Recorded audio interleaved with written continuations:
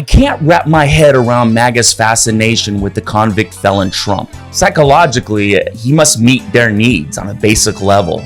In my work, I use Maslow's hierarchy of needs, and I can see how the convict, despite all of his flaws, meets the needs of a sheep. By the way, it's his flaws that make him more human in the bad sense of the word, and therefore more relatable. Misery loves misery. So anyway, back to Dr. Abraham Maslow. He believed that we human beings needed something bigger than ourselves and that we're connected to each other naturally, but not in a religious sense. He was an atheist. That's an important distinction here. He created a pyramid of needs that each of us must meet in order to obtain self-actualization. Just a note, but the country's founders were of the Enlightenment, which included elements of these needs. You might recognize them. The felon is telling his MAGA sheep that he is the way for better food, water, a home, gas-guzzling cars, health, employment, and property. Although he offers no pathway, those needs are the most basic and create the foundation of this pyramid. From there, we see love and belonging.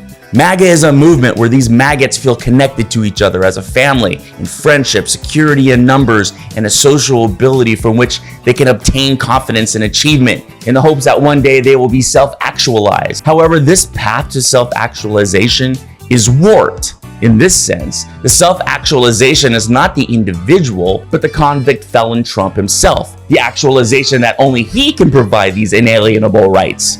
It's all based on a group or mob rule. There's a word for that. You might know it. The founders were not advocates for this.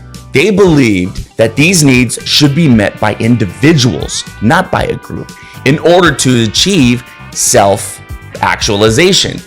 And that society's role was to meet the basic needs of air, food, water, land, personal security, and the liberty to choose a path. Although the pyramid of needs was not a concept during the formation of the United States, the core principles of the Enlightenment were reason, individual liberty, progress, tolerance, skepticism, and the separation of church and state.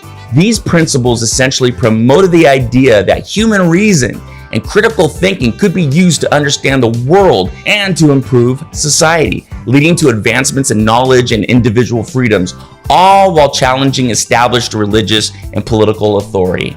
In other words, the founders believed that we could achieve enlightenment because God, in their view, gave us free will to use our reason to choose between good and bad as individuals. If we achieve self-actualization, we contribute to the betterment of society as a whole.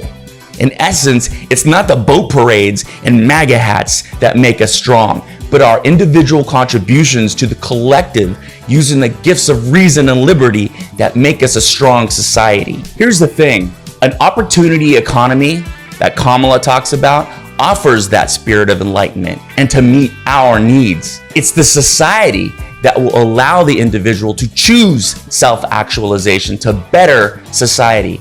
It's not the individual, the felon, who will give that to you. Now, everything I've said about enlightenment and self-actualization is part of an imperfect plan that is democracy.